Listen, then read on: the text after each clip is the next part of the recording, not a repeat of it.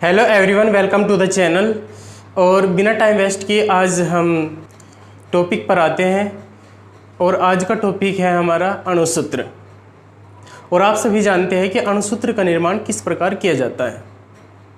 हमने last video में भी आपको बताया था कि अणुसूत्र का निर्माण केमिस्ट्री के अंदर जो कंपाउंड होते हैं उनके जो फॉर्मूले होते हैं उनको हम अणुसूत्र कहते हैं। अणुसूत्र का निर्माण बच्चों किया जाता है आयन से। और आप सभी जानते हैं कि आयन कैसे बनते हैं। जब भी कोई तत्व या परमाणु इलेक्ट्रॉनों को त्यागता है या फिर इलेक्ट्रॉनों को ग्रहण करता है तब आयन बनते हैं। यदि कोई परमाणु या तत्व इलेक्ट्रॉनों को त्याग रहा है, इलेक्ट्रॉनों को डोनेट कर रहा है तो वह धनायन बनाता है, उसमें इलेक्ट्रॉनों की कमी हो जाती है। तो इलेक्ट्रॉन की कमी बच्चों धनावेश को बताती है। जबकि अगर कोई तत्व या परमाणु इलेक्ट्रॉनों को ग्रहण करता है या इलेक्ट्रॉनों को एक्सेप्ट या गेन करता है तो उसमें इलेक्ट्रॉनों की बढ़ोतरी हो जाती है और आयन बन जाता है ऋणायन। ठीक है बच्चों, अगर कोई तत्व इलेक्ट्रॉनों को त्याग रहा है तो धनायन बनेगा, यदि कोई तत्व इलेक्ट्रॉनों को ग्रहण कर रहा है तब ऋणायन बनेंगे। चलिए आयन को समझने की कोशिश करते हैं और फिर आयन से मॉलिक्यूलर फॉर्मूलों का निर्माण कैसे होगा वो हम बताएंगे इसी वीडियो में। चलिए समझने की कोशिश करते हैं। तो बच्चों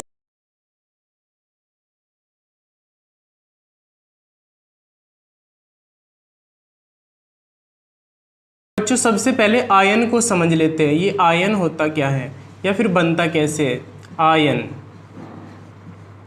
देखिए बच्चों, जब कोई तत्व या परमाणु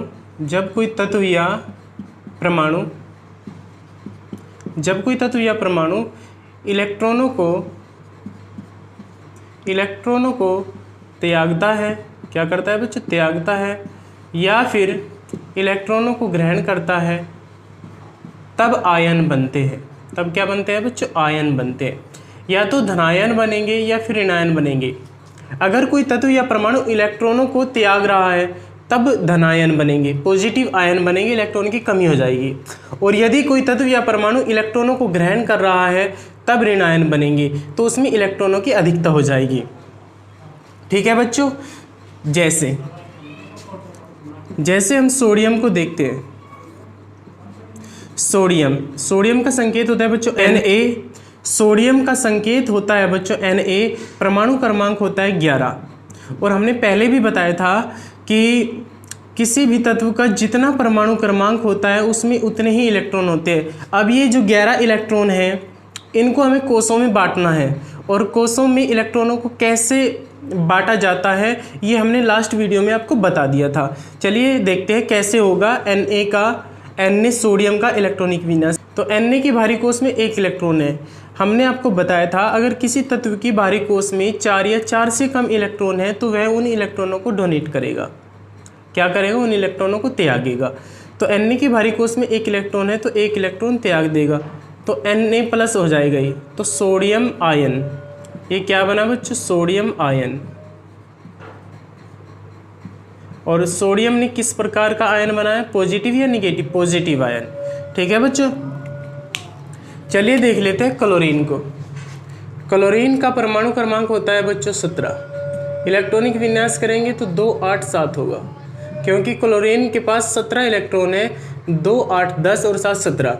अब क्लोरीन की जो लास्ट वाली सेल है इसमें 7 इलेक्ट्रॉन है। तो हमने आपको बताया था अगर किसी तत्व की बाहरी कोष में 4 से अधिक इलेक्ट्रॉन है तो उसे 8 इलेक्ट्रॉन कंप्लीट करने के लिए कितने इलेक्ट्रॉनों की जरूरत है। और ये देखते हैं हम। तो क्लोरीन की बाहरी कोष में 7 इलेक्ट्रॉन है, 8 इलेक्ट्रॉन कंप्लीट करने के लिए 1 इलेक्ट्रॉन चाहिए इसको। तो Cl 1 इलेक्ट्रॉन ग्रहण कर लेगा और ग्रहण करके निगेटिव आयन बना लेगा। ठीक है, और Cl माइनस ये क्लोरीन आयन होता है बच्चों। क्या होता है, क्लोरीन आयन। या फिर कहेंगे हम इसको क्लोराइड। क्या कहेंगे बच्चों, क्लोराइड।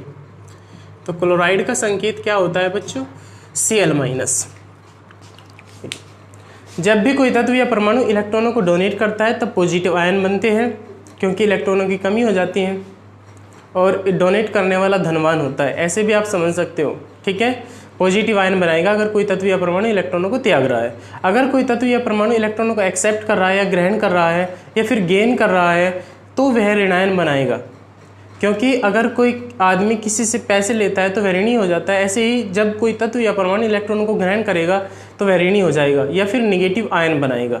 ठीक है, जितने इलेक्ट्रॉनों को ग्रहण करेगा उतने ही निगेटिव चार्ज आएंगे और जितने इलेक्ट्रॉनों को डोनेट करेगा उतने ही पॉजिटिव चार्ज आएंगे किसी भी तत्व या परमाणु के ऊपर।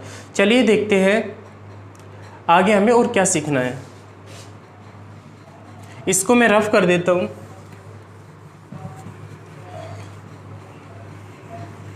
अब हमें देखना है कि जो मैग्नीशियम होता है इस पर चार्ज कितना आएगा। मैग्नीशियम का परमाणु क्रमांक 12 होता है।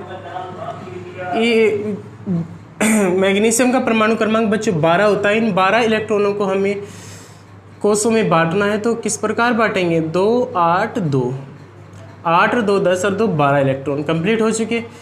मैग्नीशियम की लास्ट वाली सेल में 4 से कम इलेक्ट्रॉन है।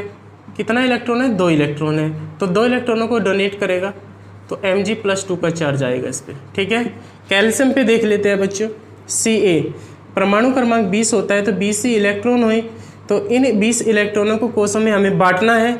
चलिए बांटते हैं। 2 8 8 और 2 10 10 इलेक्ट्रॉन रहेगी। अगर 10 हमने यहाँ पे फिल कर दी लास्ट वाली सेल हो जाएगी, और लास्ट वाली सेल में हम 8 से ज़्यादा इलेक्ट्रॉन नहीं भर सकते, इसलिए जो 10 इलेक्ट्रॉन बचे हैं उनको ब्रेक करना पड़ेगा 8 में। 8 2। तो कैल्शियम की जो लास्ट वाली सेल है इसमें भी 4 से कम इलेक्ट्रॉन है। कितने इलेक्ट्रॉन है? 2 इलेक्ट्रॉन है। तो 2 इलेक्ट्रॉन को डोनेट कर देगा Ca+2 आए। ठीक है बच्चों, हाइड्रोजन पर देख लेते हैं कितना चार्ज आएगा। हाइड्रोजन परमाणु क्रमांक 1, इलेक्ट्रॉनों की संख्या भी 1 ही होगी।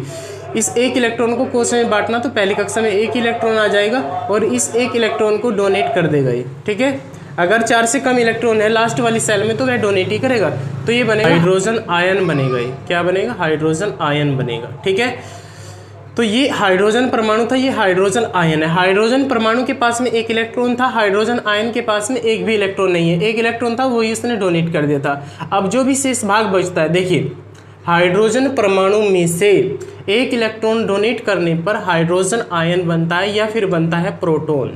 क्या बनता है बच्चों? प्रोटॉन। प्रोटॉन का ही संकेत होता है H+।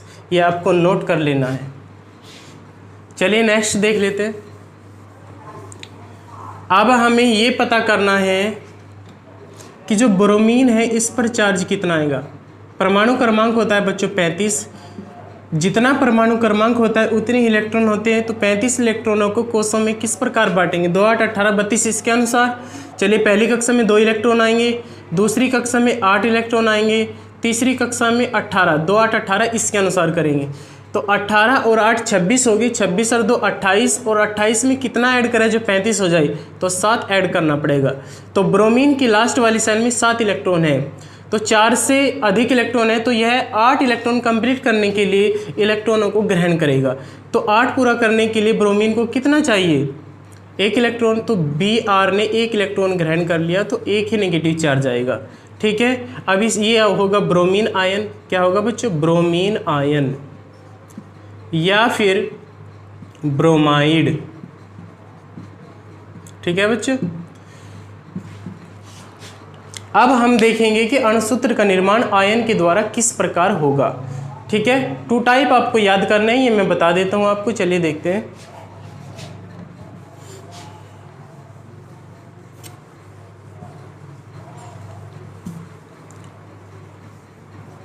चलो आपको इलेक्ट्रॉनिक विन्यास करके देखना नहीं पड़ेगा कि किस तत्व या परमाणु पर कितना चार्ज आएगा। मैं लिख देता हूं, फिर उसके हम अणुसूत्र बनाएंगे, उन आयन्स के द्वारा अणुसूत्र बनाएंगे। ठीक है, देखिए बच्चों H+ ये आयन का संकेत है और इसका नाम होगा हाइड्रोजन। क्या होगा बच्चों? हाइड्रोजन। H+ का प्रयोग हाइड्रोजन के लिए करते हैं या फिर करते हैं हम बाई के लिए। किसके लिए? बाई के लिए।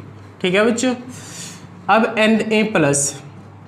Na+, Na पर पॉजिटिव चार्ज होगा, ये होगा सोडियम, सोडियम आयन। ठीक है बच्चों, K+ पोटेशियम, Ag+ सिल्वर या चांदी बच्चों, सिल्वर या चांदी Ag+।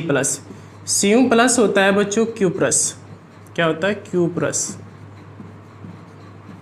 ठीक है, और NH4+ ये होता है बच्चों अमोनियम।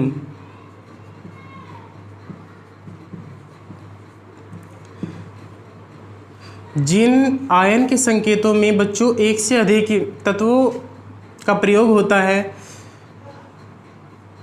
उन्हें हम मूलक कहते हैं। क्या कहते हैं? मूलक। तो NH4+ का निर्माण कैसे हो ये भी देख लेते हैं। देखो सबसे पहले N देखेंगे। N का परमाणु क्रमांक 7 होता है। इलेक्ट्रॉनिक विन्यास करेंगे 2 5, कितना? N की बाहरी कोश में 5 इलेक्ट्रॉन है। अब देखेंगे हम H को। H का परमाणु क्रमांक 1, इलेक्ट्रॉनिक विन्यास करेंगे 1 इलेक्ट्रॉन को त्याग करके पॉजिटिव आयन बनाएगा। NH4 में कितने हैं हाइड्रोजन? 4 हाइड्रोजन है तो +4, और N की बाहरी कोश में 5 इलेक्ट्रॉन रहेगा तो N पे -3 का चार्ज आएगा। तो इनके चार्ज को जोड़ लेते हैं, टोटल चार्ज -3 और +4 = बचेगा +1। इसलिए बच्चों NH4 पे प्लस का चार्ज आया है, ठीक है। और NH4+ होता है अमोनियम। क्या होता है बच्चों? अमोनियम। NH4+ होता है अमोनियम।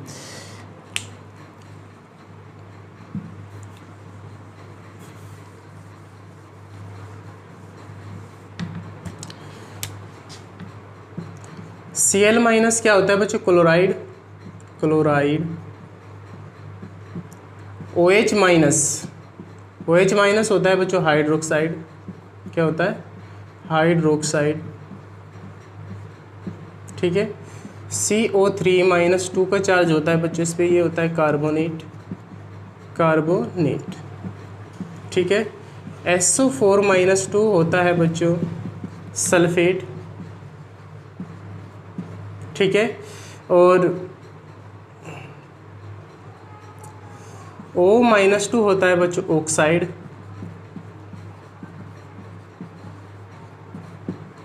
O- क्या होता है बच्चों? ऑक्साइड। NO3- होता है बच्चों नाइट्रेट। क्या होता है? नाइट्रेट। अब देखिए इनके फॉर्मूले कैसे बनेंगे। देखिए पॉजिटिव आयन जो होता है वो नेगेटिव आयन के साथ में कॉम्बिनेशन करेगा और कॉम्बिनेशन करके अणुसूत्र का निर्माण कर देगा, ठीक है। चलिए देखते हैं कैसे। आप इसका स्क्रीनशॉट ले लीजिए, ठीक है, क्योंकि इसी से हम फॉर्मूले बनाएंगे फिर, ठीक है। चलिए देखते हैं कैसे। जैसे बच्चों हमें सोडियम क्लोराइड का फॉर्मूला बनाना है। सोडियम क्लोराइड सबसे आसान है अणुसूत्र का निर्माण करना, ये इसमें इतनी बड़ी बात नहीं है। बस सिर्फ आपके आयन और आयनों के नाम और संकेत याद होने चाहिए। सोडियम क्या होता है बच्चों? Na+ होता है। सोडियम होता है Na+ और क्लोराइड होता है Cl-। पॉजिटिव आयन को पहले लिखेंगे और नेगेटिव आयन को हम बाद में लिखेंगे, ठीक है। सोडियम क्लोराइड तो Na+ और Cl-। हमें ये देखना है कि चार्ज इक्वल है या नहीं। देखिए पॉजिटिव और नेगेटिव चार्ज तो ज़रूर होंगे, ठीक है। हमें ये देखना है सिर्फ इक्वल है या नहीं, +1 है या फिर -1 है, +2 है, -2 है, +3 है या -3 है। हमें देखना है कि चार्ज अगर इक्वल है तो इन चार्ज को हटा देते हैं और इन्हें आपस में ऐड कर देते हैं, ठीक है। तो ये बन गया NaCl, सोडियम क्लोराइड। और सभी बच्चे जानते हैं कि सोडियम क्लोराइड को हम साधारण नमक भी कहते हैं। क्या कहते हैं? साधारण नमक भी कहते हैं। NaCl को ही हम रॉक साल्ट भी कहते हैं बच्चों, रॉक साल्ट। मनुष्य की जो आंसू होती है, आंसू में पाए जाने वाला पदार्थ भी है बच्चों। आंसू में जो पदार्थ पाया जाता है वो होता है NaCl, सोडियम क्लोराइड, ठीक है। और फॉर्मूले बना लेते हैं।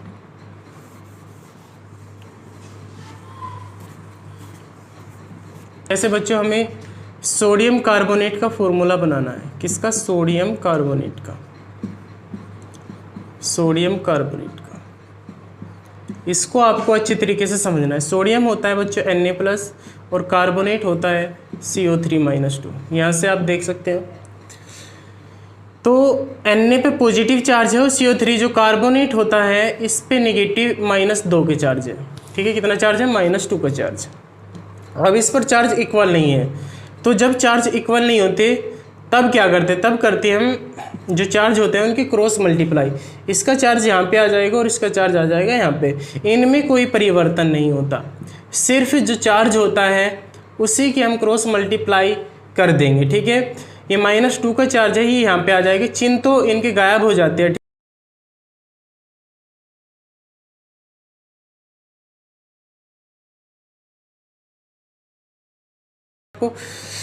बस सिर्फ ये देखना है कि अगर चार्ज इक्वल नहीं है तो क्रॉस मल्टीप्लाई, इसका चार्ज यहाँ पे आ जाएगा, इसका यहाँ पे, और जो ये चिन्ह है, जो साइन है, ये खत्म हो जाएगा, पॉजिटिव और नेगेटिव साइन। तो -2 है ना, ये यहाँ पे आ जाएगा Na2CO3। अगर चार्ज इक्वल नहीं है तो क्रॉस मल्टीप्लाई, अगर चार्ज इक्वल है ख़त्म करो, आपस में मिला दो, ठीक है। ये सोडियम कार्बोनेट हो गया। सोडियम कार्बोनेट को बच्चों वॉशिंग सोडा भी कहते हैं। क्या कहते हैं? वॉशिंग सोडा, कपड़े धोने वाला सोडा, धावन सोडा बोलते हैं जिसको, धावन सोडा। आग बुझाने वाले यंत्रों में भी इसका प्रयोग किया जाता है, ठीक है। और देख लेते हैं।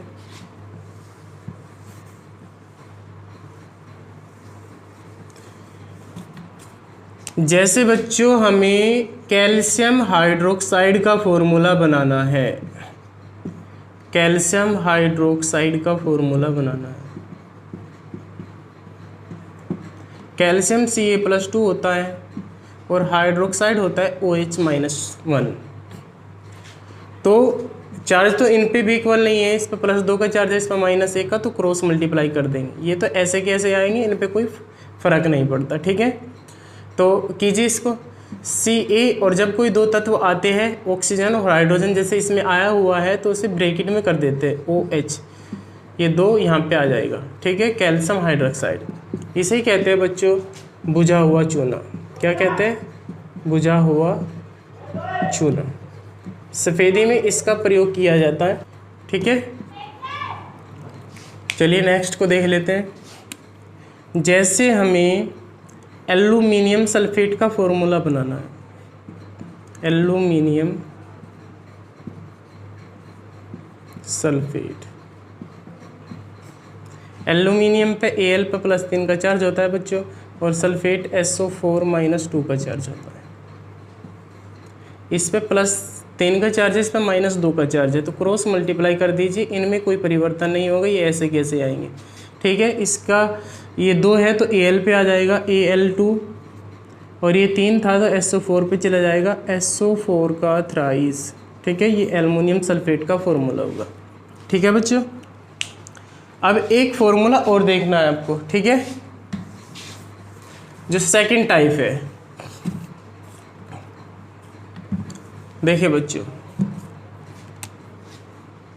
कुछ एस्टर ग्रुप भी होते हैं। क्या होते हैं बच्चों? Ester group. संकेत होता है इसका COO-। अगर किसी फॉर्मूले में ये आ रहा है COO-, तो जब हिंदी में हम अणुसूत्र का नाम लेते हैं तो ये बाद में ही आता है या बाद में ही बोला जाता है, लेकिन जब हम इनके अणुसूत्र बनाएंगे, फॉर्मूले बनाएंगे, तो ये सबसे पहले लिखा जाएगा। जैसे फॉर एग्जांपल के तौर पे, जैसे एसीटेट है CH3COO-, इसको हम कहेंगे एसीटेट, ठीक है बच्चों। HCOO-, ये फॉर्मेट होता है। क्या होता है बच्चों? फॉर्मेट। C6H5COO-, ये होता है बच्चों बेंजोइट। क्या होता है? बेंजोइट, ठीक है। देखिए इनका नाम तो हम बाद में ही बोलेगा, लेकिन जब सूत्र बनाएंगे तो सबसे पहले लिखे जाएंगे, पॉजिटिव आयन से भी पहले। वैसे तो पॉजिटिव आयन पहले लिखे जाते हैं, निगेटिव आयन बाद में लिखे जाते हैं, लेकिन आपको ध्यान करना है COO ग्रुप, एस्टर ग्रुप, जिस फॉर्मूले में भी आ जाएगा ये सबसे पहले लिखेंगे, ठीक है। जैसे अगर हमें सोडियम एसीटेट बनाना है बच्चों, सोडियम एसीटेट, सोडियम एसीटेट का फॉर्मूला अगर किसी ने हमसे पूछ लिया तो सोडियम क्या होता है Na+, एसीटेट क्या होता है CH3COO-। जैसे इस पे चार्ज इक्वल है तो हम आपस में मिला देते थे, मिलाएंगे तो अब भी, लेकिन जब जिसमें COO आ जाएगा उसे हम सबसे पहले लिखेंगे CH3COO-Na। तो बच्चों ये हुआ सोडियम एसीटेट, इसको पहले बोलेंगे, इसको बाद में। सोडियम एसीटेट अणुसूत्र लिखेंगे तो ये एसीटेट ग्रुप पहले आएगा, CH3COO-Na, सोडियम एसीटेट। ऐसे अगर हमें सोडियम बेंजोएट बनाना है तो C6H5COO-Na हो जाएगा। अगर हमें हाइड्रोजन एसीटेट बनाना है बच्चों, हाइड्रोजन एसीटेट को देख लेते हैं। हाइड्रोजन एसीटेट को देख लेते हैं। हाइड्रोजन H+ होता है, एसीटेट क्या होता है CH3COO-। फॉर्मूला बनाएंगे, ये सबसे पहले लिखा जाएगा, चार्ज इक्वल है मिला देंगे CH3COOH। इसे ही कहते हैं हम एसीटिक अम्ल बच्चों, एसीटिक अम्ल। एसीटिक अम्ल में बच्चों सिरका जो होता है, क्या होता है, सिरका जो होता है ये 10% होता है, या फिर ये कहो कि एसीटिक अम्ल को सिरका भी कहते हैं। ठीक है, आपको ये नोट कर लेना है कि जिसमें भी एसीटेट ग्रुप आएगा वो सबसे पहले लिखेंगे जब हम अणुसूत्र बनाएंगे। ठीक है, आपके बच्चों एक बात समझ में आ गई होगी, ठीक है, कि आयनों से अणुसूत्र कैसे बनते हैं। सबसे पहले पॉजिटिव आयन आएगा, उसके बाद में नेगेटिव आयन आएंगे। ठीक है, और ये बात तो आपके समझ में आ ही गई होगी कि अगर आपके आयन और उनके संकेत याद है तो आप फॉर्मूले बहुत आसान तरीके से बना सकते हो। और अगर आयन पे कितना चार्ज होता है, किस एलिमेंट पर या किस तत्व पर कितना चार्ज होता है, पॉजिटिव या नेगेटिव चार्ज, ये पता करना है आपको, तो परमाणु क्रमांक तो याद करना ही पड़ेगा। परमाणु क्रमांक याद होगा तो इलेक्ट्रॉनिक विन्यास करना आएगा, क्योंकि किसी भी तत्व का जितना परमाणु क्रमांक होता है उसमें इतने इलेक्ट्रॉन होते हैं। इलेक्ट्रॉनों को कोष में बांटेंगे तो इलेक्ट्रॉनिक विन्यास हो जाएगा। अगर किसी तत्व की भारी कोष में 4 या 4 से कम इलेक्ट्रॉन है तो वह डोनेट करेगा उतने इलेक्ट्रॉन, उतने पॉजिटिव चार्ज आ जाएगा।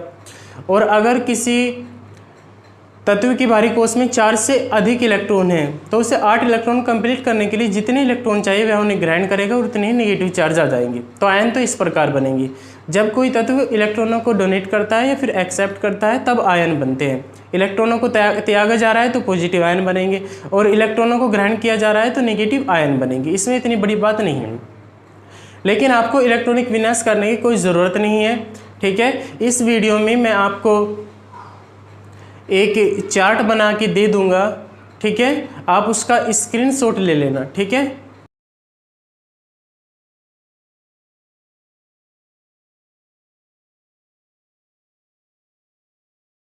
और इसका विशेष ध्यान रखना है COO एस्टर ग्रुप का।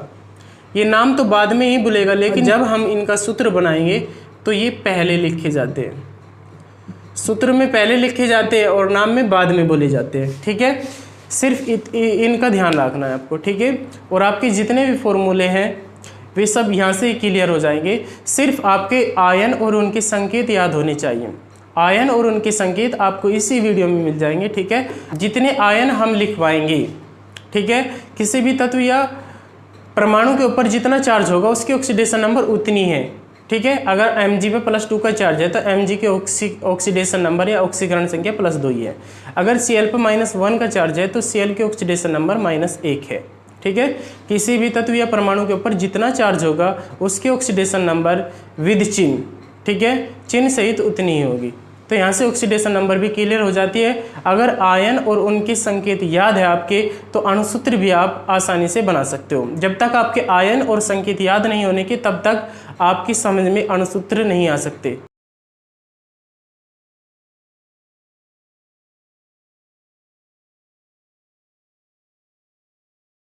और अगर आपको ये वीडियो पसंद आई हो तो please like, share and subscribe करना ना भूलें। जय हिंद।